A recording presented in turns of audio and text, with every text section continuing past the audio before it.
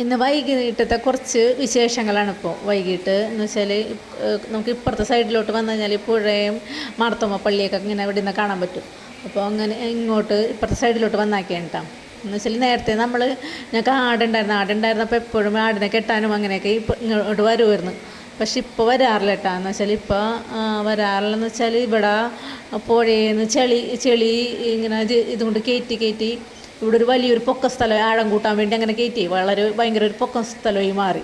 അപ്പോൾ പിന്നെ നമുക്ക് അവിടെ വന്നു കഴിഞ്ഞാൽ അവിടെ ശരിക്കും പറഞ്ഞാൽ മലയിൽ കയറണ പോലെ നമ്മൾ മേലിലോട്ട് കയറണം. പിന്നെ അപ്പോൾ ഒരു ബുദ്ധിമുട്ടായി.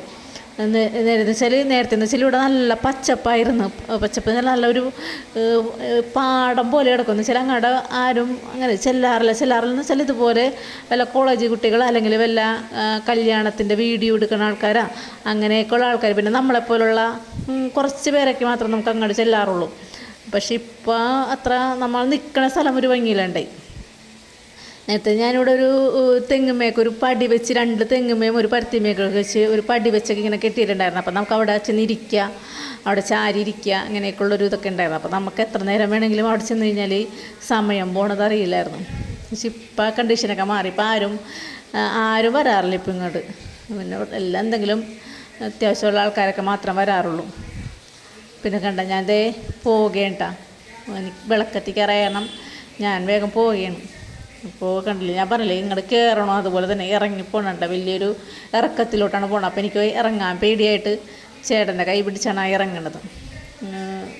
ചിലേ മഴ ഉള്ളാറും ചിലപ്പോൾ തെന്നാനും സാധ്യതയുണ്ടേ. നല്ലൊരു ചാലല്ലിത്. അപ്പോൾ നമുക്ക് പേടിയാവും ഇങ്ങോട്ട് മേലെ കയറാനൊക്കെ ഇറങ്ങാനൊക്കെ. പിന്നെ ഞാനവിടെ തുള്ളിച്ചാടി ഞാൻ അങ്ങോട്ട് പോയി. എന്ന് വെച്ചാൽ നമുക്കവിടെ അങ്ങനെ ആരും വരൂല.